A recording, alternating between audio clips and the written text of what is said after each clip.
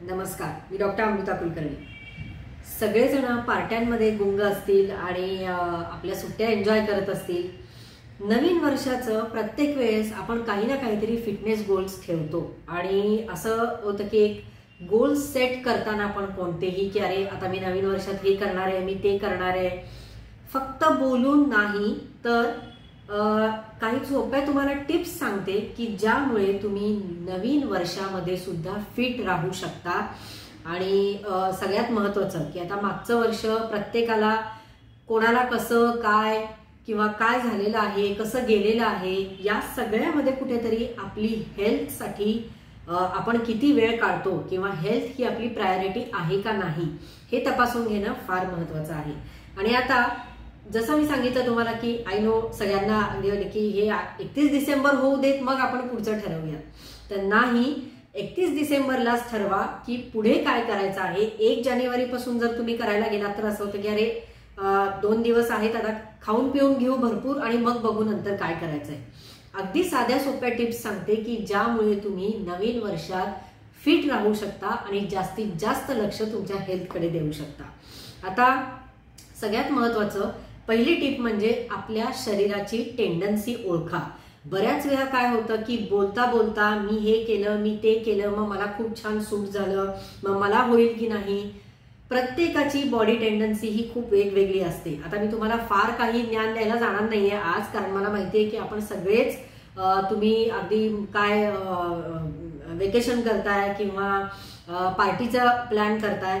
अगदी थोडक्यात तुम्हाला सांगते की प्रत्येकाची बॉडी टेंडन्सी ही वेगवेगळी असते, त्यामुळे दुसऱ्याचं आपल्याला सूट होईल की नाही हे तपासून मगच त्याप्रमाणे आपल्या आहाराचं टाइम टेबल बनवा।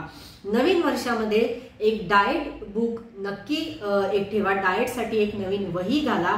जसं आपण लहानपणी लिहायचो ना, डायरी लिहितो आपण प्रत्येकी, किंवा लहानपणी एक असायचं की अरे यामध्ये तुमचं रोजचं लिहायचंय, सेम तसं एक डाएट बुक तुमच्यासाठी नवीन वर्षामध्ये नक्की घाला आणि त्यामध्ये रोज मी आज काय खाल्लंय हे पटकन लिहून काढा। At the end of the day प्रत्येकांना सवय असते बऱ्याच जणांना की डायरी लिहायची किंवा आज मी काय केलं, आज माझ्या लाईफमध्ये काय झालं, काय घडलं, यापेक्षाही जास्त महत्त्वाचं आहे की आज मी काय खाल्लं।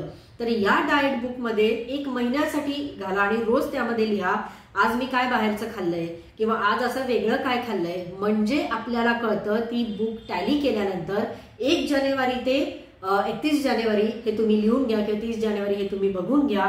आणि त्यानुसार जर आपलं रुटीन असेल की हा बाबा एका महिन्यामध्ये मी काय काय खाल्लंय, एका महिन्यामध्ये मी काय काय केलेलं आहे, किती वेळा बाहेरचं खाल्लंय, किती वेळा घरचं खाल्लंय, घरी असताना सुद्धा मी काय खाल्लंय, म्हणजे at the end of the month 30 दिवसानंतर तुम्हाला कळेल की अरे आपण म्हणतो नाही की माझं काय घरचंच जेवण असतं, असं बाहेरचं फार काही नसतं।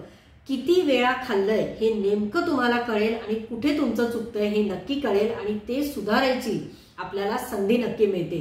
त्यामुळे एक काम करा नवीन वर्षामध्ये की नवीन डायरीमध्येच रोज मी काय खाल्लेलं आहे हे नक्की लिहा आणि 30 दिवसानंतर मला कमेंट करून सांगा की तुम्हाला असं काय वाटलं की ज्यात अरे आपण फारच बाहेरचं खाल्लंय, अरे आपण यात हेल्दी काहीच खाल्लेलं नाहीये। आणि हे सगळं करण्यासाठी की हेल्दी काय खायचं काय नाही हे सगळे व्हिडिओज मी माझ्या चॅनलवर अपलोड केलेले आहेत, त्यासाठी तुम्हाला चॅनल सबस्क्राईब करावं लागेल। तर आता ही तर झाली पहिली टिप की एक डाएटची वही घालायची, आहार नियोजन आपलं त्यामध्ये झालंच पाहिजे। तुम्ही एखाद्या एक्सपर्ट कडून ओपिनियन घेऊ शकता की अशी अशी माझी बॉडी टेंडन्सी आहे, मी काय घेतलं पाहिजे, कसं खाल्लं पाहिजे। फक्त गुगलवर सर्च करून किंवा ह्यांनी हे डाएट फॉलो केलं म्हणून मी ते फॉलो करतो असं करू नका, प्रत्येकाची टेंडन्सी वेगळी असते। हा झाला पहिला मुद्दा। दुसरा मुद्दा, वेळोवेळी तपासण्या करून घेणं अतिशय आवश्यक आहे। बऱ्याच वेळेला असं होतं की 2 प्रकारचे पेशंट असतात। ऍज अ डॉक्टर मी बघते अगदी थोडंसं काही झालं तरी सारखं दवाखान्यात जातात, आणि दुसरा टाईप जो असतो तो म्हणजे काहीही झालं तरी ते अंगावर काढतात, होता होईपर्यंत डॉक्टरांकडे जायचं नाही। हे दोन्हीही सवयी ज्या आहेत हे दोन्हीही टोकाच्या सवयी आहेत, त्यामुळे वेळोवेळी तपासण्या करणं अतिशय आवश्यक आहे। एका सर्टन एज नंतर बॉडी आपल्याला सिग्नल देत असते की काय केलं पाहिजे, आता उठ, आता हाल, काहीतरी करा। तर डायबिटीज, थायरॉइड, कोलेस्ट्रॉल हे असणाऱ्यांनी वेळोवेळी तपासण्या करून घेणं अतिशय गरजेचं आहे। एक गोळी चालू केली आहे मग बघू नंतर पुढे वर्षानुवर्षे तीच घ्यायची असं करू नका. सण वार उत्सव 31 डिसेंबर मग काय बाकीचं संक्रांत हे कायम येत राहतं, पण आपल्या हेल्थसाठी आपल्याला तो वेळ देणं गरजेचंच आहे. त्यामुळे तपासण्या वेळोवेळी नक्की करून बघा. आता ह्या झाला दुसरा मुद्दा. तिसरी टिप जी आहे ती म्हणजे आहारामध्ये प्रोटीन, फायबर्स, विटॅमिन्स या सगळ्याचा इंटेक हा जास्तीत जास्त ठेवा. या सगळ्यासाठी तुम्हाला अगदी सोप्या शब्दात मी माझ्या चॅनेलवर व्हिडिओज बनवलेले आहेत, त्याची तुम्हाला खूप मदत होईल.